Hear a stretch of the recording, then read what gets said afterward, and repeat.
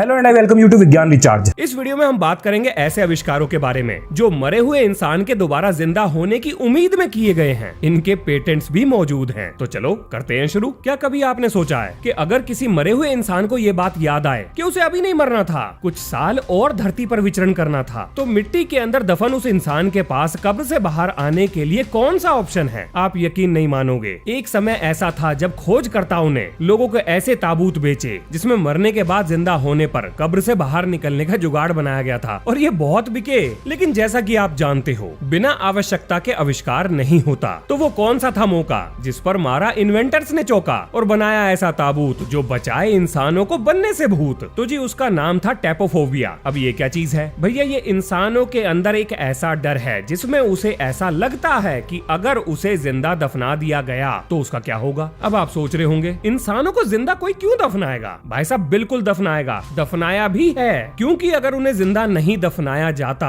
तो वो इंसान पूरे के पूरे शहर को अपने साथ कब्र में ले जाता। और मैं मजाक नहीं कर रहा हूँ, ये बात बिल्कुल सच है। सुनो ध्यान से। 19वीं शताब्दी का समय था और कोलेरा नाम की बीमारी ने पूरे के पूरे जर्मनी में आतंक फैला रखा था, जो फैलती थी गंदे पानी से। बोले तो शरीर में लगते थे दस्त, आदमी हो जाता था पस्त। ना था उस समय इसका कोई इलाज। बोले तो हो गया अगर ये तो मानो अपना पत्ता साफ। अब क्योंकि डायरिया में यानी दस्तों में शरीर से बहुत ज्यादा पानी बह जाता है, निकल जाता है, तो ऐसी स्थिति में बहुत से लोग कोमा में चले जाते थे। अब कोमा में जाने के बाद ये मानकर कि भैया ये इंसान अब आंखें थोड़ी खोलेगा, मतलब जल्दी निपट जाएगा, तो उन्हें जिंदा ही ताबूत में बंद करके दफना दिया जाता था। अब इस चीज से पूरे जर्मनी में एक डर का माहौल फैल गया कि भैया कल को अगर हमें भी जिंदा दफना दिया गया तो हम क्या करेंगे। अब इस डर का फायदा उठाकर 1829 में एक जर्मन इंजीनियर ने एक ऐसा ताबूत बनाया जिस पर एक घंटी लगी थी, जिसकी रस्सी ताबूत के अंदर तक जाती थी और एक पाइप भी लगा हुआ था सांस लेने के लिए कि भैया कब्र के अंदर अगर आप वापस होश में आ जाओ तो धागा खींचो, घंटी बजाओ, सांस लो और दुनिया को जगाओ कि जी मैं जिंदा हूँ, मुझे बाहर निकालो। तो भैया ये ताबूत हुआ पॉपुलर, लगी फैक्ट्री और खड़ी कर दी इसने बिल्कुल नई इंडस्ट्री। ये ताबूत बिका बहुत और छाप दिए इसने धड़ाधड़ नोट, जैसे कोरोना काल में मास्क ने छापे थे। याद है ना वो 5 रुपए वाला मास्क, 50 का, कहीं कहीं 500 का भी बिका था। डर ऐसी ही चीज होती है, इंसानों से बहुत बहुत अजीब काम कराती है। अब भैया किसी ताबूत में से कोई आदमी जिंदा निकल आए, इस काम के लिए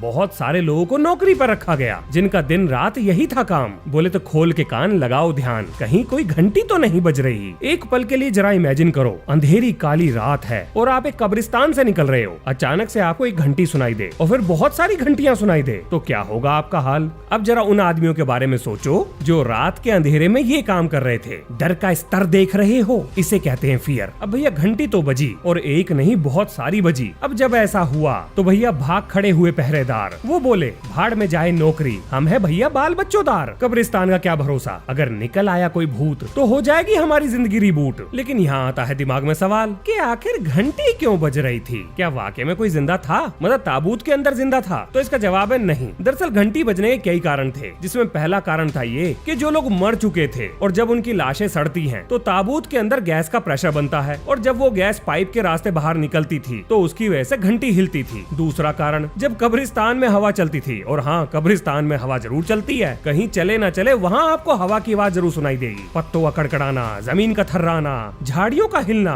बिल्ली का रोना, कुत्ते का रोना, पायल की छन छन, बोले तो पूरी टेंशन। और ऐसा होता था हर बार क्योंकि ये था भूतों का डिस्को बार। मतलब बहुत सारी दुनिया ये चीज मानती है कि भैया कब्रिस्तान में भूत रहते हैं, और अगर ऐसे किसी इंसान को नौकरी पर रखोगे जो इन चीजों में विश्वास करता है तो भैया वो तो उल्टे पैर भागेगा ही। हालांकि इस तरह के ताबूत से घंटियां तो बजी, लेकिन आज तक नहीं, आज नहीं, ये तो बहुत पुरानी बात है, मतलब 1829 के आसपास एक भी इंसान इस तरह के ताबूत से जिंदा बाहर नहीं निकला। परेशान हो गई संस्था सारी, आई उन पर मुसीबत भारी, फिर दिखाई उन्होंने समझदारी और ढूंढ निकाला एक इन्वेंटर क्रांतिकारी। अब भैया अगर लोग इस तरह से नौकरी छोड़ छोड़कर भागेंगे तो जिन लोगों को जिंदा दफना दिया गया है उन्हें कौन बचाएगा? ये बहुत बड़ी समस्या थी क्योंकि ये ताबूत कोई सस्ता नहीं था, बड़े मोटे पैसे खर्च करने पड़ते थे इसके लिए। बोले ये था महंगा मसाला जो मोटी पार्टी अफोर्ड कर सकती थी, मतलब अमीरों के खानदान से। लेकिन जब उन लोगों को ये पता लगा कि भैया जिन लोगों को हमारी सुरक्षा में रखा गया है, हमारे लोगों की सुरक्षा में, वो तो रात को डर के मारे कब्रिस्तान से नौकरी छोड़ छोड़ कर भाग रहे हैं, तो ताबूत लेने का क्या फायदा?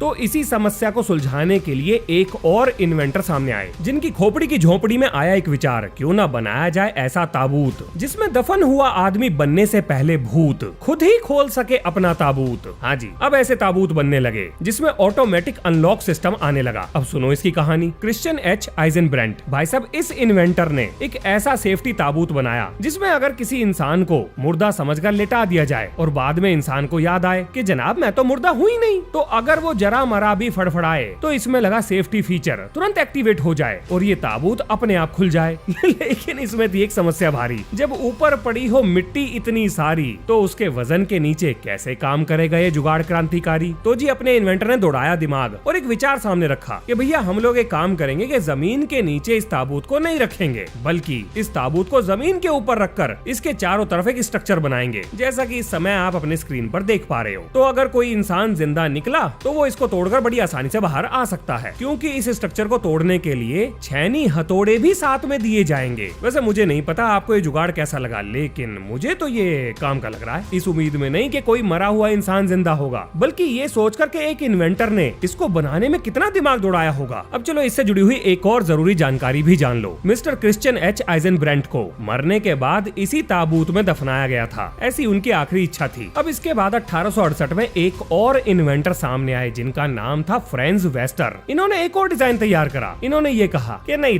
जमीन के ऊपर लाशों को हम नहीं रखेंगे, जमीन के नीचे ही दफनाओ, और मैं एक ऐसा डिजाइन तैयार करके दूंगा जिसमें मरने के बाद अगर किसी को ये याद आए कि अभी उसे कुछ साल और जीना है तो वो जमीन के नीचे से ही बाहर निकल के आ सकता है। और इन्होंने ऐसा डिजाइन बना भी दिया। अब इनके डिजाइन में बनाया हुआ ताबूत रहता था जमीन के नीचे, लेकिन उससे एक कंपार्टमेंट ऊपर की तरफ निकलता था जिससे एक घंटी बंधी हुई थी। अब मरे हुए इंसान को बस इतना करना था, आंखें खोलनी थी, हाथ हिलाना था, और उसके हाथ में बंधा हुआ धागा जो कि घंटी से जुड़ा हुआ था वो आसपास के लोगों को ये हिंट देता था कि भैया अंदर का आदमी अभी जिंदा है, पर मान लेते हैं कि आसपास कोई था ही नहीं। तो ऐसी स्थिति में उस आदमी के लिए खाने पीने का इंतजाम भी किया जाता था। ताबूत के अंदर ही कर देते थे। पीने के लिए टॉप क्वालिटी की वाइन और खाने के लिए बढ़िया बढ़िया पकवान, ये सब अंदर रखे जाते थे, सील्ड कंटेनर में रखे जाते थे, ताकि अगर जागने में 1-2 दिन का समय लग जाए तो खाना खराब ना हो। अब अगर मान लो आदमी कमजोर हो गया तो वाइन पीकर और ये सब खाकर उसके अंदर थोड़ी ताकत आती थी और उसके बाद वो कंपार्टमेंट से होता हुआ बाहर निकल जाता था। अब ये था अपने इन्वेंटर का प्लान। लेकिन भैया आपने कोई चीज बनाई और दुनिया को वो रास ना आई, तो कैसे करोगे अपने आप को साबित? तो यही समस्या अपने इन्वेंटर के सामने भी आई। उन्होंने ये कहा, बताओ भैया किसको है मर के जिंदा होने का शौक? अगर जाओगे तुम ताबूत के अंदर तो अपन देगा तुमको खूब नोट, पर पैसे के लिए मरे कौन?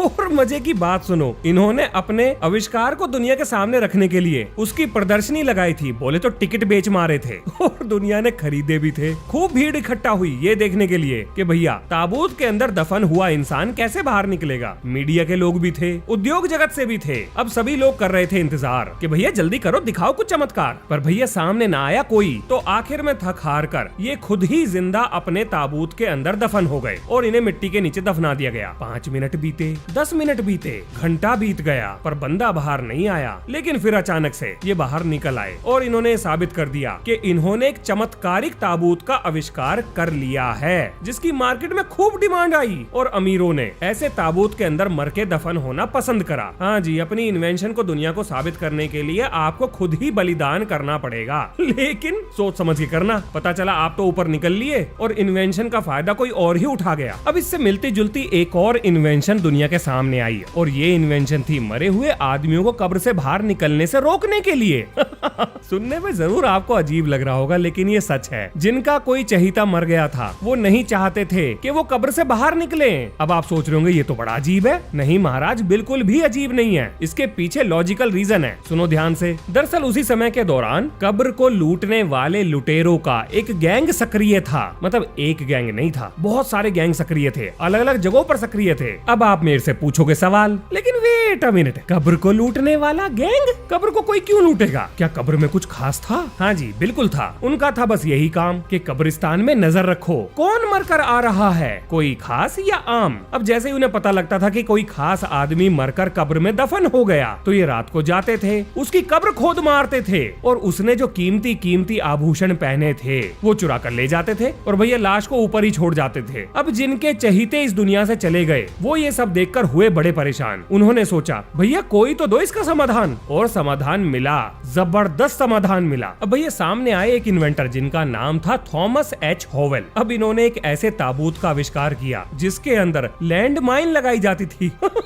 सुनने में बहुत अजीब लगेगा, लेकिन हाँ जी, ताबूत के अंदर एक लैंड माइन फिट करी जाती थी। मतलब लाश को लेटाने के बाद ताबूत के अंदर लैंड माइन की इस तरह से वायरिंग की जाती थी कि अगर कोई ताबूत को खोलने की कोशिश करे तो लैंड माइन एक्टिवेट होकर ताबूत के साथ उसे भी ले उड़े। बोले तो सबका काम तमाम। उस समय ये ताबूत बहुत बिके। इसका नाम भी बड़ा जबरदस्त था, ग्रेव टॉर्पीडो या टॉर्पीडो कैस्केट। तो चलो जी, यहाँ पर बंद होती है ज्ञान की दुकान और अगली वीडियो में लेकर आऊंगा किसी नई समस्या का समाधान। पर जाने से पहले 2-3 काम की बात। जितनी भी चीजों के बारे में मैंने इस वीडियो में बताया है, सबके पेटेंट आपको व्हाट्सएप चैनल पर मिल जाएंगे और व्हाट्सएप चैनल का लिंक मिलेगा कम्युनिटी पोस्ट में। देखो क्या पता आपको अपने काम का कुछ मिल जाए और काम का ना भी मिले तो कम से कम ये तो पता लगेगा कि आखिर डिजाइन या पेटेंट के पेपर को किस तरह से बनाया जाता है। अब देखो, एक वीडियो पहले मैंने आपको ये बताया था कि कैसे यूट्यूब ने मुझे धमाके, हथियार, इनसे जुड़े हुए जो पेटेंट हैं या रिसर्च पेपर हैं, उनके यूआरएल को यूट्यूब के प्लेटफॉर्म पर डालने से मना कर दिया था। और मैंने आपको ये भी कहा था कि वार्निंग मिली थी। तो जनाब किसी ने मुझे मेल भेजकर ये कहा, क्यों भैया काहे दुनिया का पागल बना रहे हो, हमने तो नहीं सुना ऐसा भी कुछ होता है, तुम कौन सा स्पेशल हो। तो हालांकि मैंने जवाब देना ठीक नहीं समझा और मैं इस तरह की बातों का जवाब भी नहीं देता। लेकिन फिर मेरे दिमाग में आया ख्याल कि भैया मेरी तरह कोई इस वीडियो को देखने वाला जो यूट्यूब चैनल पर काम कर रहा है या क्रिएटर है, अगर ये सेम गलती दोहराएगा तो ये बात तो पक्का है कि यूट्यूब उससे नाराज हो जाएगा। इसलिए अपनी बात को साबित करने के लिए मैं उस मेल का स्क्रीनशॉट इस वीडियो में दिखा रहा हूँ